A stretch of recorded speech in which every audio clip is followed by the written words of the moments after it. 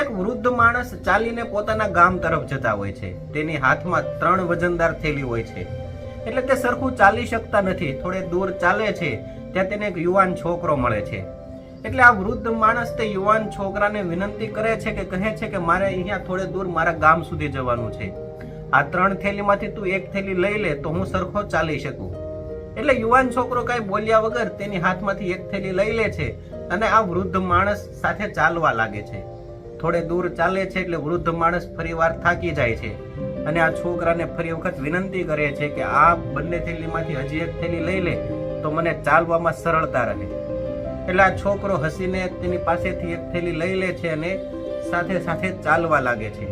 એટલે બંને આગળ આગળ ચાલવા લાગે છે અને થોડે દૂર પહોંચતા આ યુવાન છોકરો કહે છે કે તમારી પાસે જે ત્રીજી થેલી છે તે પણ મને આપી દો એટલે તમને ચાલવામાં સરળતા રહે.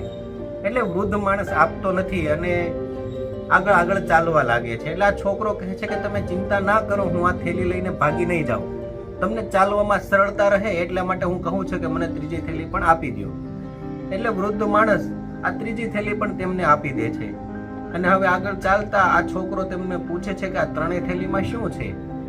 એટલે આ વૃદ્ધ માણસ કહે છે કે તેમાં એક થેલીમાં ચાંદીના સિક્કા છે, બીજાની અંદર તાંબાના સિક્કા છે અને જે ત્રીજી થેલી છે તેમાં સોનાના સિક્કા છે.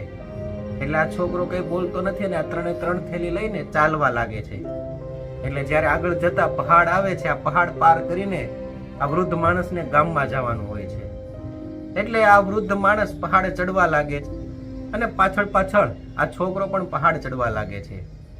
પહાડ ચડવામાં સ્પીડ તો આ છોકરાની વધારે હોય છે એટલે તે ખૂબ જ ઉપર ચડી જાય છે અને વૃદ્ધ માણસ હજી પાછળ હોય છે.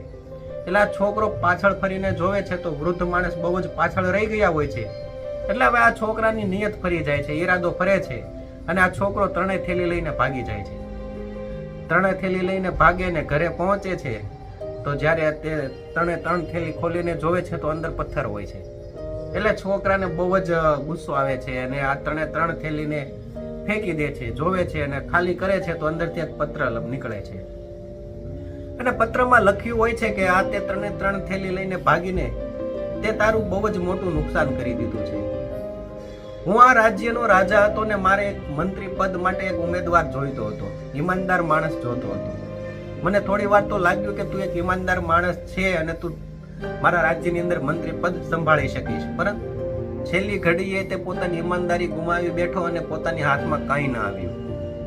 પત્રમાં છેલ્લે લખ્યું હતું કે જો તું તારી ઈમાનદારી ઉપર કાયમ રહ્યો હોત તો તને રાજ્યનું મંત્રી પદ મળ્યું હોત અને તું ઊંચા હોદ્દા સુધી પહોંચી ગયો હોત.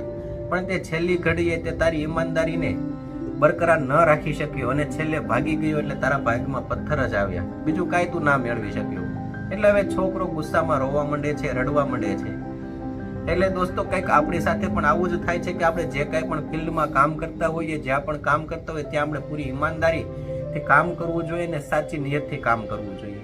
એનું ફળ આપણને એક દિવસ ઈશ્વર જરૂર આપે છે ને આપણી પાસે પણ કંઈક ઊંચા હોદ્દા મેળવવા માટેની લાયકાત આવી જાય છે. અને ઊંચા હોદ્દા મેળવવા માટેની લાયકાત ન આવે તો આપણી પાસે પણ એવી સફળતા મેળવવાનો રસ્તો આપણને મળી જાય છે, આપણે કંઈક નવીન શીખી શકીએ છીએ.